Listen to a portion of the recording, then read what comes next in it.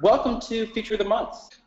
This month's feature is Action Builder, which is a great tool that puts a lot of power in the hands of the author, power that's normally sort of reserved for programmers. But before we get started, there are just a couple housekeeping items I want to go over. So when you're joining this webinar, you're automatically put on mute. This is just because there are enough of us that if we opened it up to questions all the time, it would be pretty difficult to, I apologize for being able to silence, it would be pretty difficult to stay on track. But don't worry, time has been allocated for any questions you might have at the end of the webinar. We'll set aside some time and you can fire away any questions you have at all. And you can look in the GoToWebinar control panel, you can type in those questions there and you can ask away. But for anything that sort of goes unanswered, anything we don't get to, anything that might come up later, please feel free to email us at marketing@learnosity.com. They can get you in touch with me, they can answer any questions that you might have. And finally, this webinar is being recorded. And the recording will be passed around to you guys, and you can pass it on to colleagues or review it as you want. It's entirely up to you. So let's get started. So first of all, a quick introduction. My name is Kevin Holloway. I'm sure I might have worked with some of you before. I'm what we call a business development engineer here at Learnosity. And all that means is that I'm a technical resource available to your companies, to your authors, to your programmers, and I help clients with things like integration and authoring, whatever the case may be. So I'm basically the first line of defense when you have any questions or anything at all.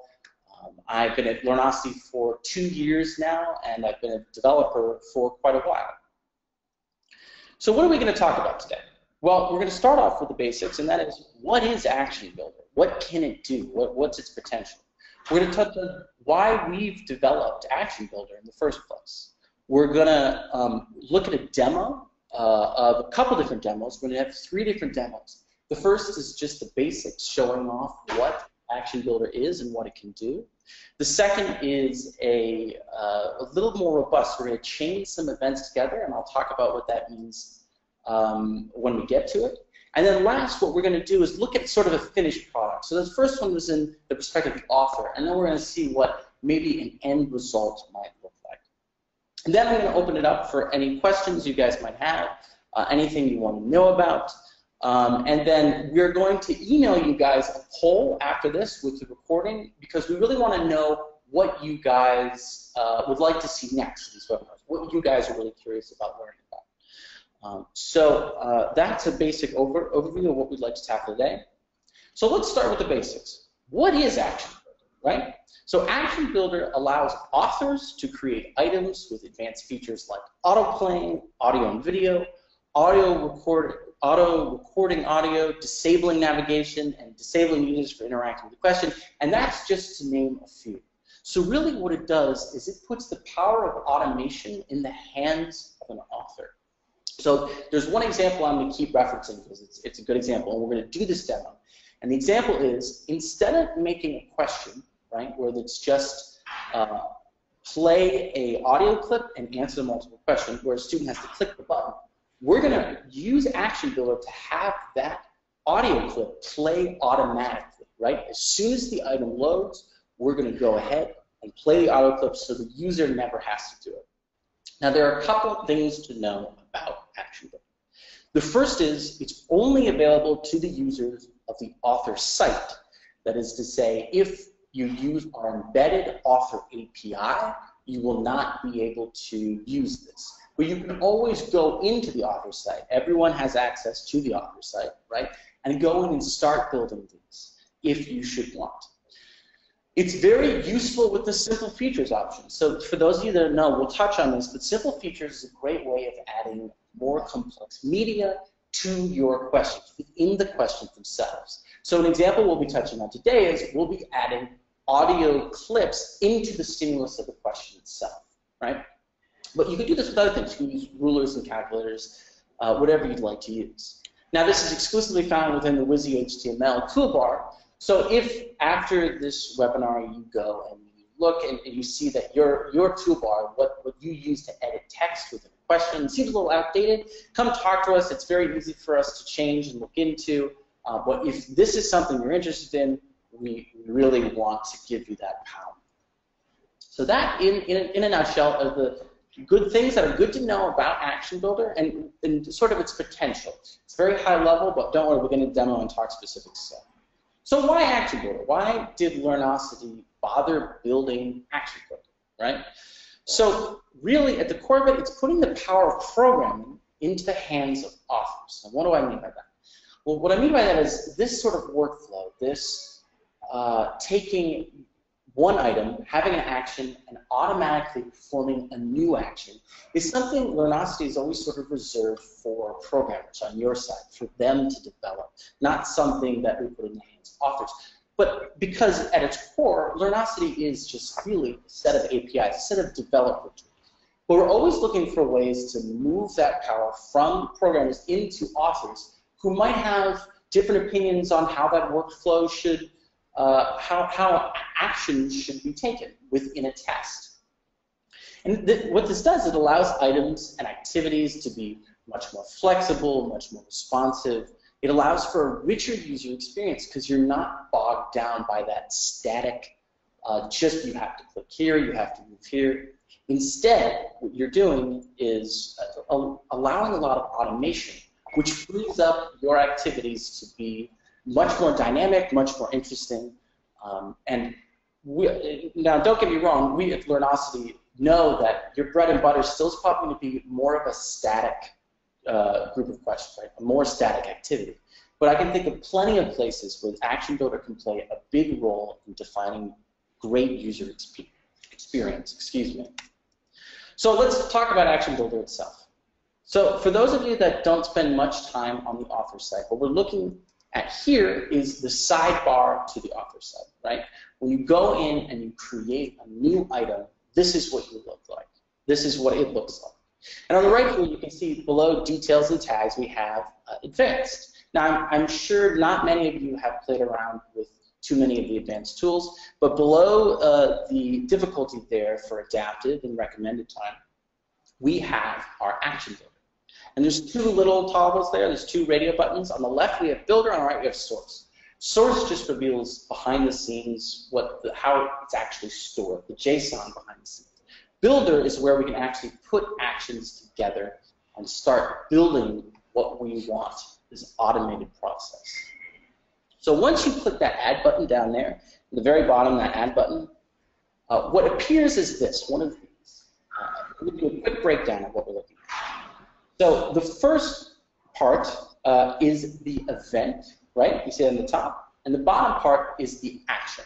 So what is that? That is cause and effect, basically. Think of it that way.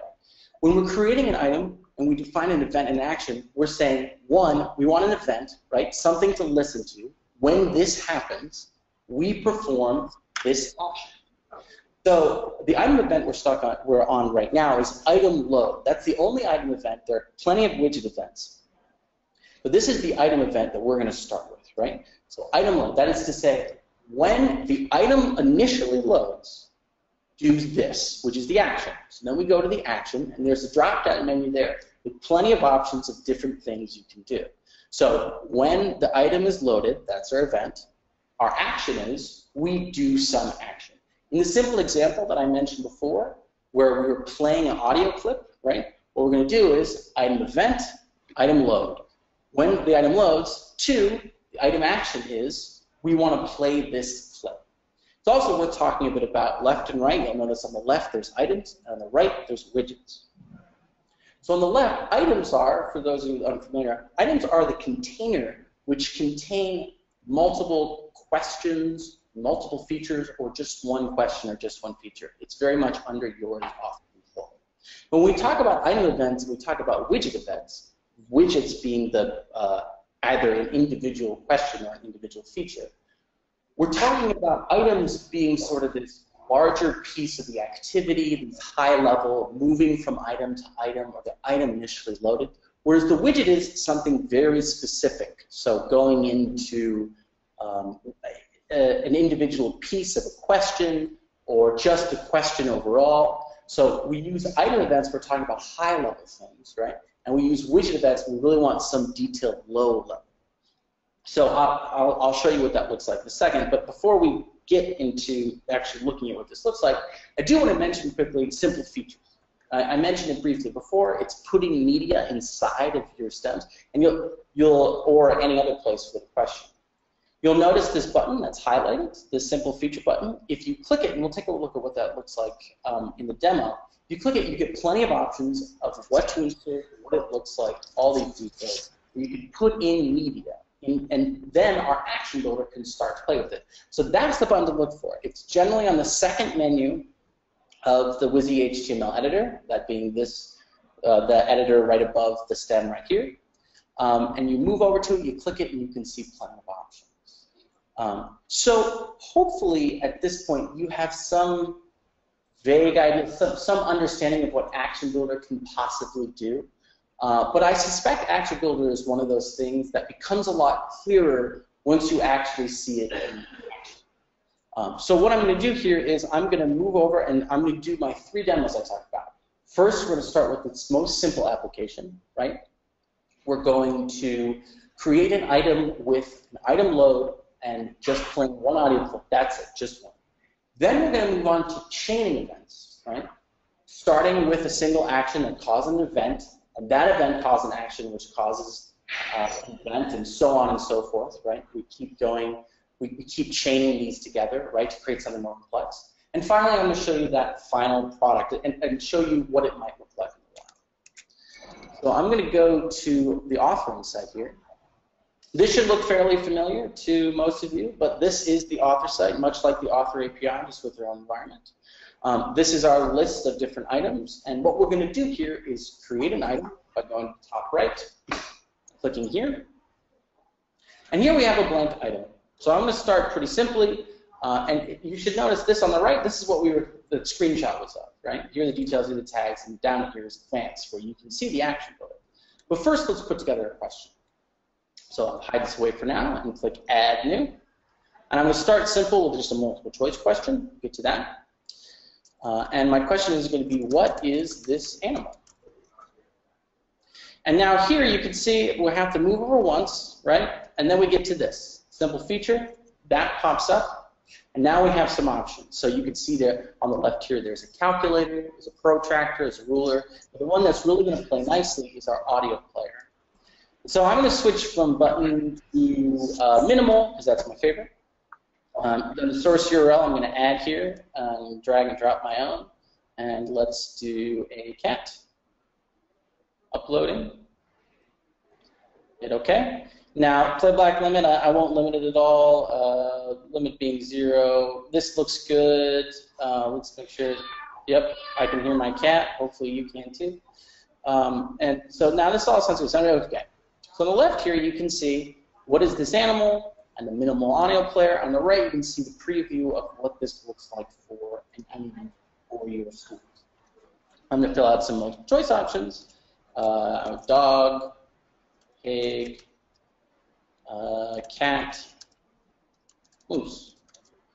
And I'm going to say that's cat. That's right. Okay. So now we have, and that's just a quick showing off of something the simple feature can do, right? Very easily we can add some audio into the stem.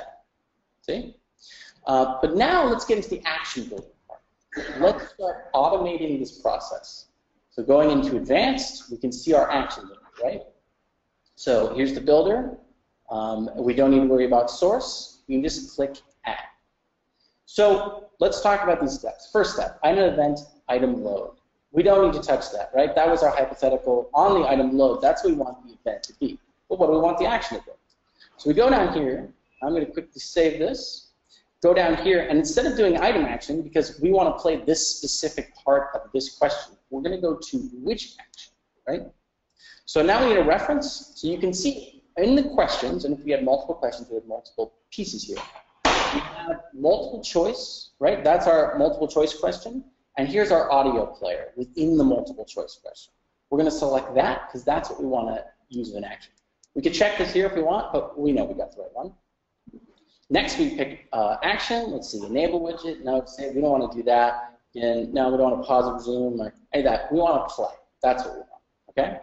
Now, the last piece is this action delay, and that is defining an amount of time between the event and the action.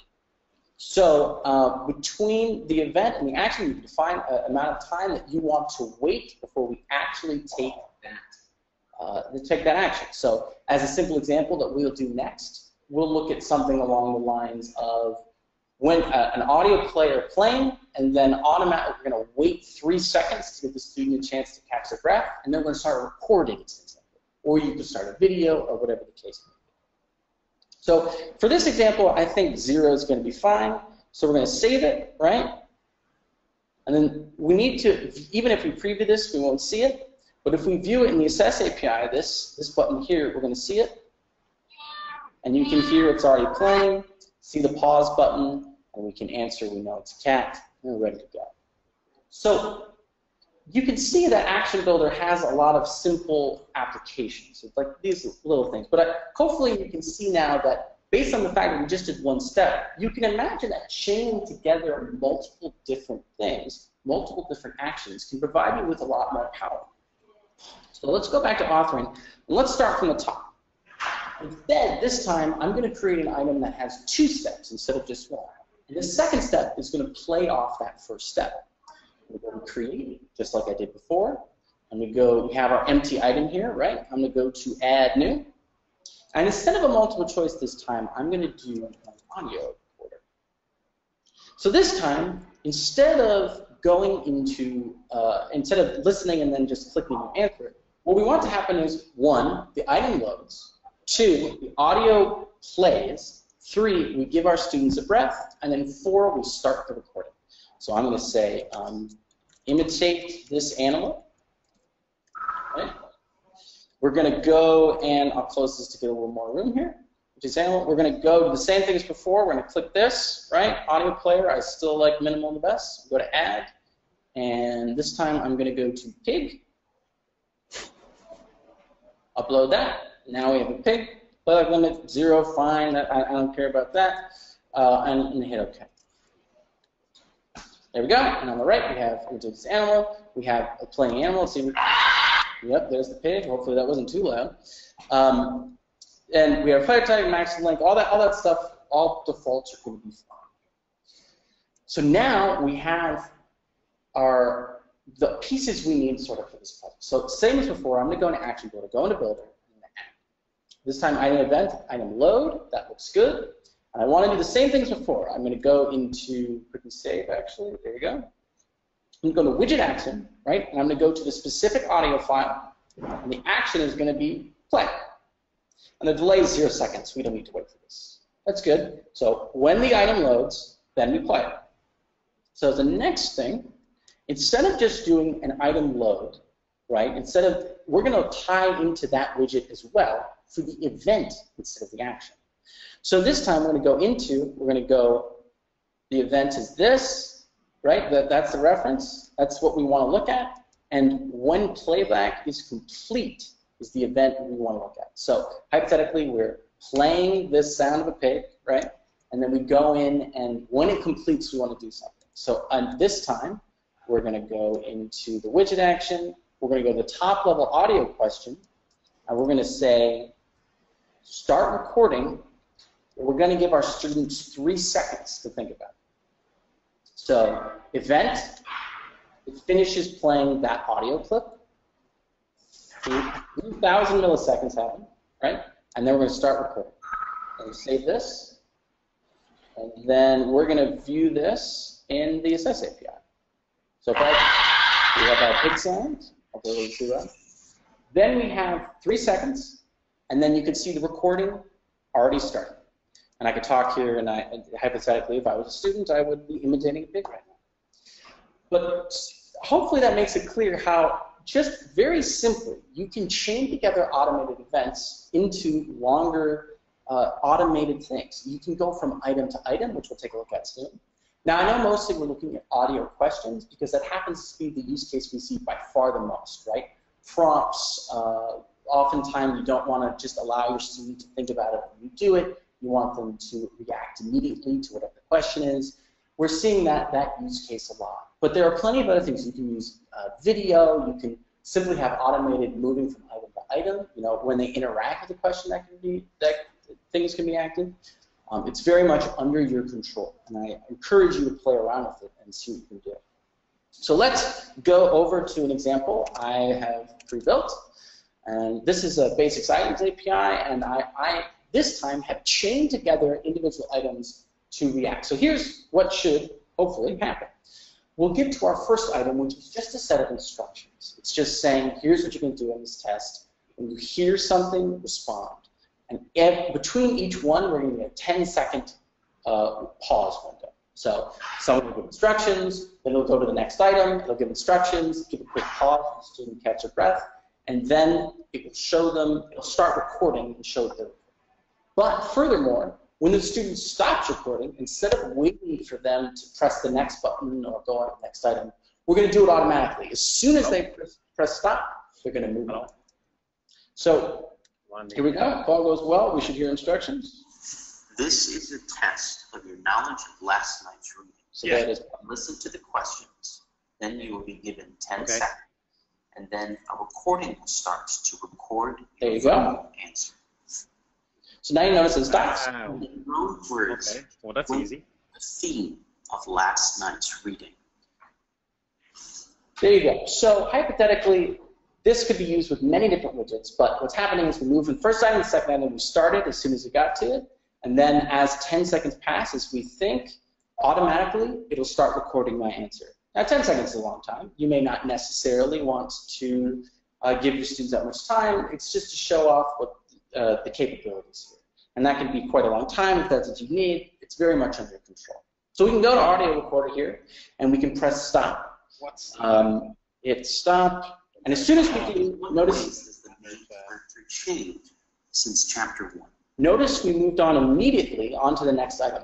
Now I left open this table of contents on the right here, so you can take a look at what you can easily take. Here we are recording it. Take a look at it as we're going through. Now, of course, you might want to hide that from your students, right? You might not want to give your students that sort of control, but you can, all this stuff is very easy to get rid of, and you have that power, and you might want to just make it all automated. But it's easy to visualize here what we're doing. We're going from item to item, we link them together, right? And as we go through each individual item, we have action ability to take us through, right? We don't need to press any buttons though. So those are our 3 demos. So that's about it for the demos. Does anyone have any questions at all? Kevin, we have one question in here. It is, do you have any examples of who uses this today and what are the use cases? I don't know if I can say the names off the top of my head, but mainly what we're seeing is this audio stuff. And I do know of, for learning another language, it's being used for. So think of it like this. A student gets a prompt, and they want to create a natural conversation moving forward, right? With a prompt, then maybe a short pause, and then you get it back. I have seen some other automation, but really, because it's so customizable, because you can link so many things together and create something, we're very curious about getting the word out. I don't think this is being used enough. I think there are some very cool use cases that authors could come up with. Perfect. And we have another question in here, and it is, can you talk a little about the disabling navigation feature? Sure. Of course, you would want to use that in conjunction, any sort of disabling, you'd want to use in conjunction with different actions. So let's say you wanted to lock a student in place for the duration of a video or for an audio file or something along those lines. Obviously, you wouldn't want to disable anything long-term, right? You just would want to make sure a student has had that experience. So let's say, let's talk about disabling an individual question as an example. Same as navigation, but just as this is a good example. We want the student to listen to an audio file, right? Get all the way to the end of the audio file, and only then can they answer the questions. So we know students aren't clicking all the way through. We know they're listening. We know it's a natural flow there. But you would always want to unlock, undisable, enable, I guess is the word I'm looking for, after some other event. So you'd want to tie that in with other things.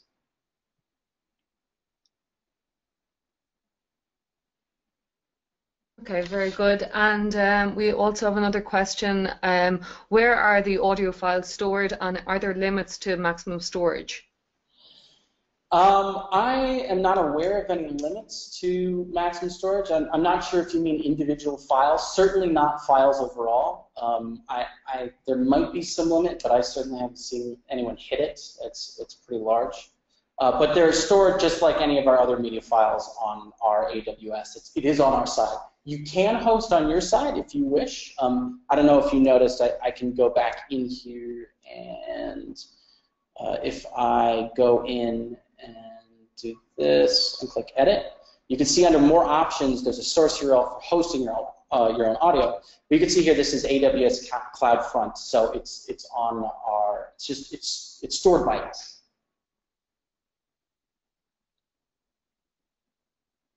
Perfect. And we have just one final question. Can you give an idea of the range of actions you can automate? Is it mainly audio, or are there any other ones that you can kind of relate to here? They're mainly media related, which but there are other ones too. But let's just go over quickly. We can look at, so item events, there's only item load, right? That's the only starting item event, because that's really the only thing the item can start. We go to widget events. Let's create. It's mainly going to be to do with media or to do with questions. But let's see if I can go to audio question, or actually, let's do multiple choice again, and we can take a look at those. Let's see if we go to the actual. Sorry, just give me one moment. We'll create it. Okay, this time I'm going to add an action, but it's going to be on the widget level of the actual thing, right?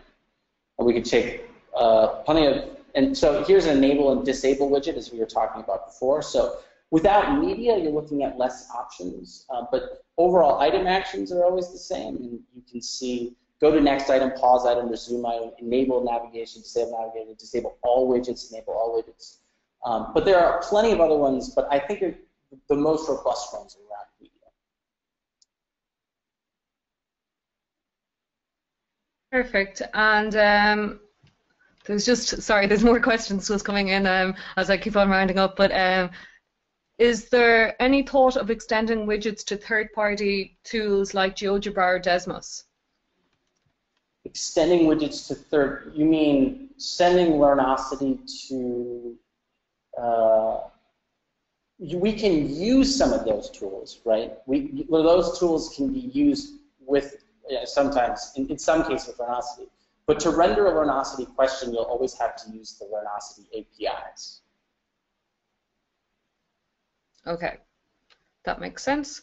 I think that's all we have in line of questions for now, and I noticed that we are finishing up around the hour mark here, so I think we can round it up, and if there's any more questions to come in the meantime, we will be sure to get back to you as soon as possible as well. And as Kevin mentioned earlier on, feel free to email in any questions that you have to marketing@learnosity.com or call to your technical support.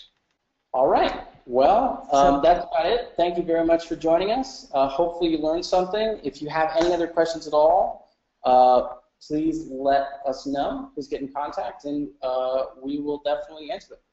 Thank you very much for listening.